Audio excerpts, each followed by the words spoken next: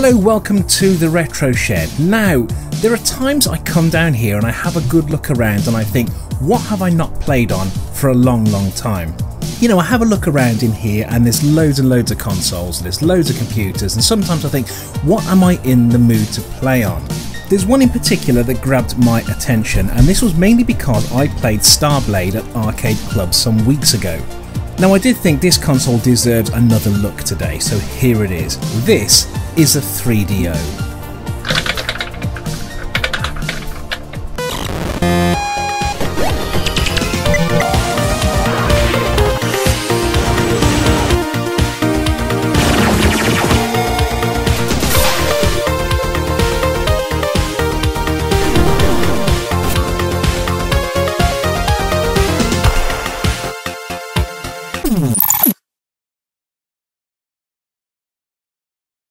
The 3DO was the brainchild of Trip Hawkins, founder of the software giant Electronic Arts. Released in 1993, which is a lot earlier than I recall it being released in all honesty, I only knew one person ever bought it. And when I first saw it running Need for Speed, I thought, that doesn't look too good at all. In fact, I thought it looked a bit crap. There was a generational shift in gaming hardware from about 1993 onwards. CD-ROMs were all the rage, and optical media took over from the humble cartridge due to their large storage capacity and of course the fact that they were so cheap to produce. Consoles also started to take advantage of powerful custom processors, and we saw a move from 2D to 3D based gaming. This of course was the beginnings of the 5th generation of consoles.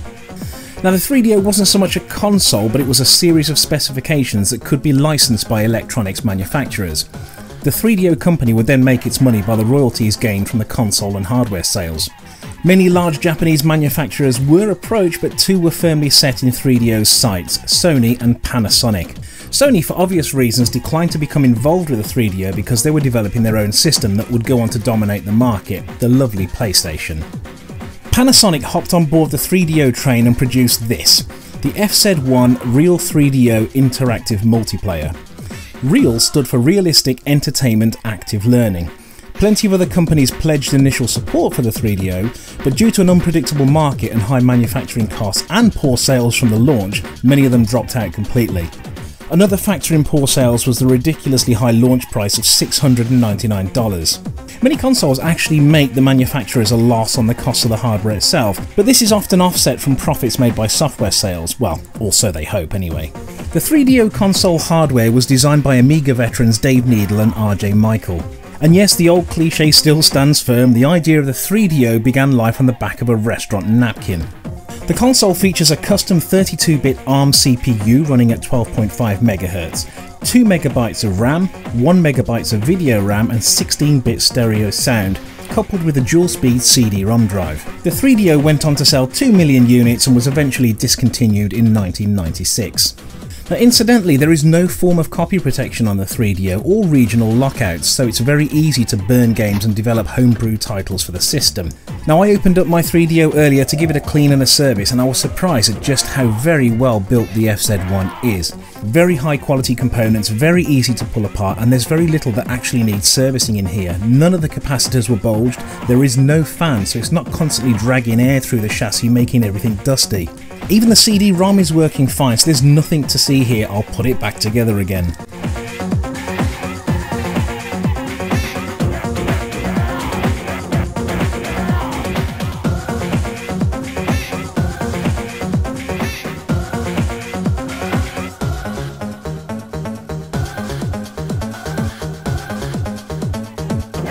Here it is, the experience to be experienced. The Panasonic Real 3DO Interactive Multiplayer.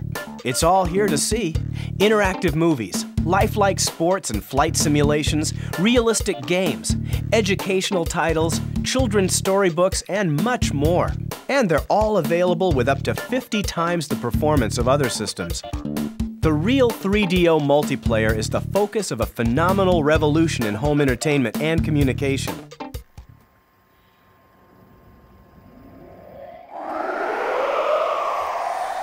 Right, let's get stuck into a couple of games. I thought I'd show you 3 classics on the 3DO, and the first one I want to show you is StarBlade, because it's very impressive on this console. Played this at Arcade Club in Leeds a few weeks ago, and I thought, oh yeah, I've got that at home, must give it a go. Please, 12.5 minutes to target octopus. So on the 3DO disc you have 2 versions. You've got the original version and an enhanced version. I'll show you the original one first, and then I'll flip over to the enhanced version so you can have a look. Operation StarBlade. But this is quite impressive, actually. And I think there's some link to this game and the last Starfighter movie. I did read that somewhere. I don't know if that's true. Say so in the comments if you know anything about that. But this game apparently has got something to do with the last Starfighter, the movie, and it does look like it was inspired by the movie, actually. But anyway, yeah. This looks really cool, and could you imagine in 1993 walking into a shop and seeing this running? Yeah, you can imagine it, couldn't you? Mom, Dad, can I have one of those? How much is that? £699. No, there would have been no debate with this. $699, sorry, and it's $699. What was that in pounds? Damn expensive. There's no way on this earth the parents are going to buy a $699 console for their kids. Unreal, absolutely unreal. But yeah, very impressive in 1993. I think this came out in 1994 actually, this particular game, on the 3DO. 1991 in the arcades if I'm not mistaken. But yeah, it looks nice, doesn't it?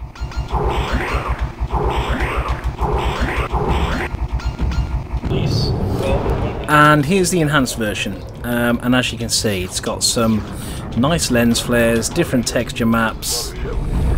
Yeah, it looks a fair bit nicer, doesn't it? Team StarBlade, pursue and engage the fighters. Over. Yeah, they've definitely prettied it up for the 3DO. Located enemy flagship commander. It's nice that they included both versions, I think, on the disc. Yeah, this, yeah, very impressive. Team leader. This is team leader. Take the right one, Geosword. I mean, PCs would have been hard pushed to do this in 1993, wouldn't they? It does look nice. I have to say, this game is best played with a flight yoke. I'm using the Panasonic controller, and it's difficult to get that cursor to go where I want it to go at the right time. It's sluggish. Whereas if you've got the flight yoke, you can put it where you want straight away. So as far as flight is concerned, the game is on rails. You don't really control where you go. But your cursor and your aiming and everything obviously is completely down to you. Alert system engaged. Beware of attack. Over.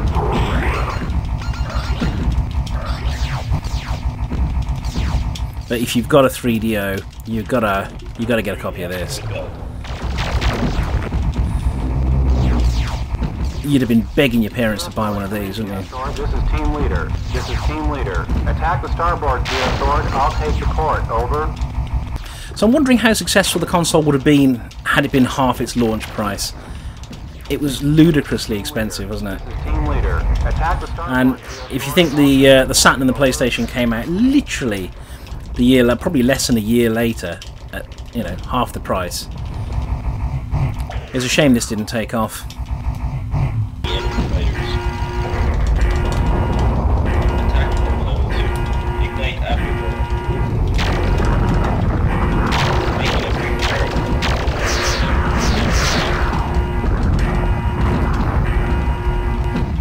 I'm surprised I've lasted this long actually with no shields left. Making a rapid descent. There you go.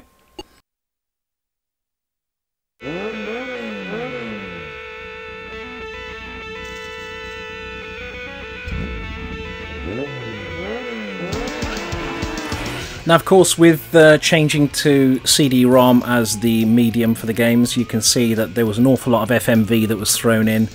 And, yeah, I think it would have looked impressive back then. We would have all gone, oh my god, look at that, is that the game? No, that's not the game, that's just FMV filling up the space on the disc. But It's very attractive, I think, isn't it? It would have been back then. Now we just think, oh, get on with it.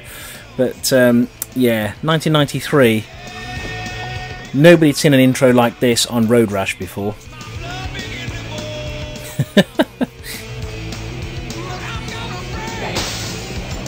Yeah, that's enough of that.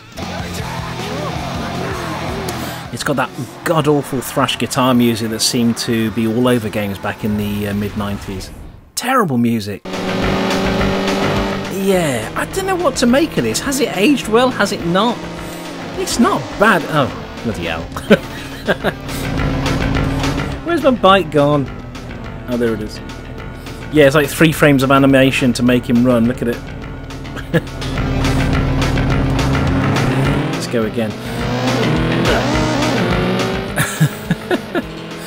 I think this is one of the. I think this is one of the favourite games that everyone. This is one of those games that's very highly rated on the 3DO, and I suppose we're just used. We're spoilt, aren't we? We are spoilt today. We see games that look so photorealistic. Jesus Christ! Crap at this. Where's my bike? Is it behind me or in front of me? It's back here, isn't it? Oh, there it is. Oh god. What was I saying? Yeah. What do you think? I don't know. I don't know what to make of it. It's. Oh, get out the bloody road, will you? It's quite playable, actually. I'll give it that. The scenery is a bit. What the hell's going on? The road's nice and smooth. The scenery is a bit jarring, I think. There's that god-awful thrash guitar music that seemed to be injected into every game in the 90s. Oh, do you know what? I'll actually catch up with somebody in a minute.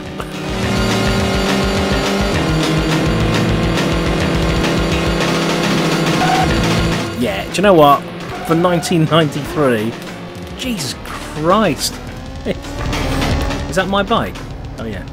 I like the fact the woman's just standing there immobile. As a motorbike crashes right past her. Yeah. Can I wheelie? No. Can I not wheelie? No. Well, I've got to admit, it looks better than the Amiga version, which was the one that I was brought up with. Oh, you can't compare it though, can you really? It's completely different. I'm going so fast, I don't actually get time to punch anybody.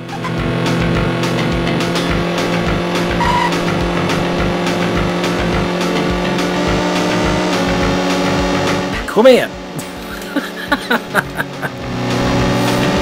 Oh god.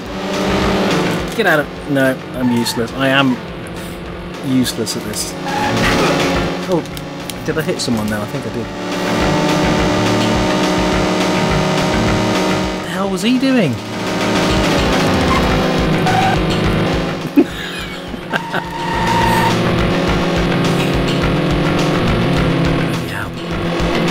The 3DO had a maximum resolution of VGA. I think it was 640 by 480.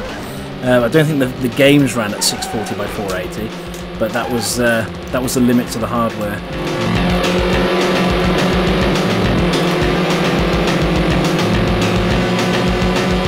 Yeah, it's not bad. It's not bad. For 1993, I think this would have been quite impressive. Come here. Oh dear. I don't know what position I came, hang on. Yeah, okay.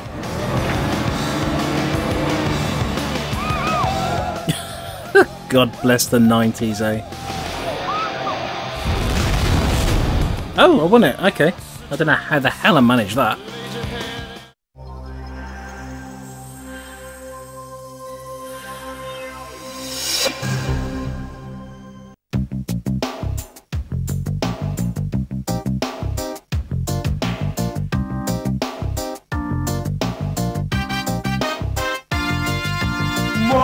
Never been so much fun. Never been so much fun. I bet you can't guess what game this is. Never been so much fun. We all know what Cannon Fodder looks like, whether it's on the Amiga or the ST, but here it is on 3DO, so I thought we'd take a look at it.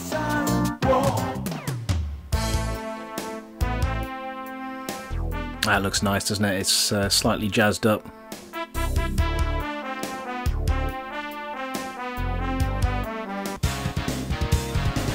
Yeah, that looks nice as well. I like that.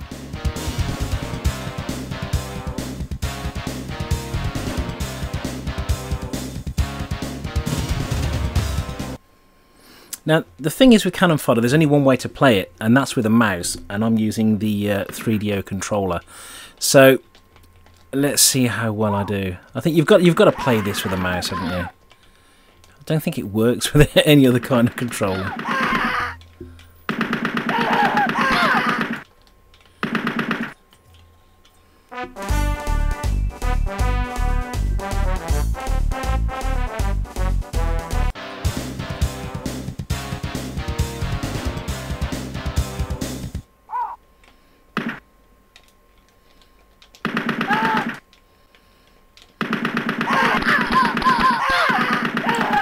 I don't know, it's such a brilliant game, this. I mean, I used to play this for hours on the Amiga, and I could get to a level and I couldn't get any further. I can't remember what level it was, but I could not get any further than this particular level. I think it's one of the snow levels. But this is just iconic, isn't it? It's just brilliant. Definitely a game that we all spent a lot of time on back in the Amiga and ST days. It sounds like the death screams are enhanced on this version.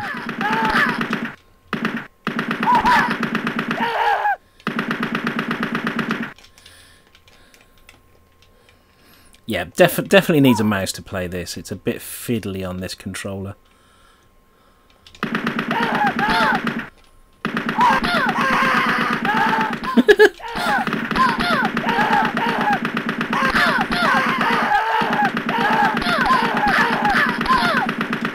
Just being cruel now, aren't I?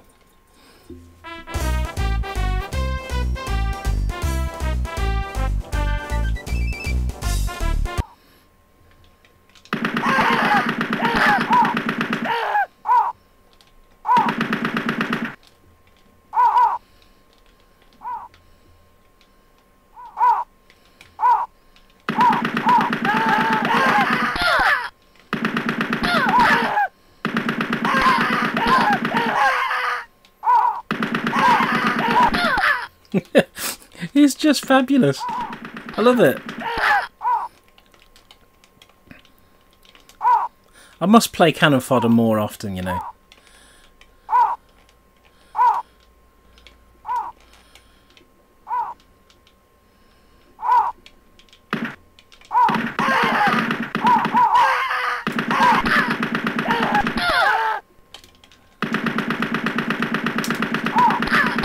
Anyway, back to the job at hand. There you go. That was Cannon Fodder on the 3DO. This console, yeah, it's one of those. I don't play it at all very often, and I'm sure there's got to be tons of games out there that I haven't got for this. I must go and find more games for this. And like I said earlier, there is no copy protection on the 3DO, so it's just a question of burning discs and playing them. I'm going to have to check out the 3DO back catalogue in more detail, I think, because it's an interesting machine. It was one of those ones that just I don't know, for lots of different reasons, namely expense, was a complete flop. Have you got a 3DO in your collection? If you have, let me know what games you recommend for it. Thank you very much for joining me in the Retro Shed. Take care now. We'll catch you again soon. Bye-bye.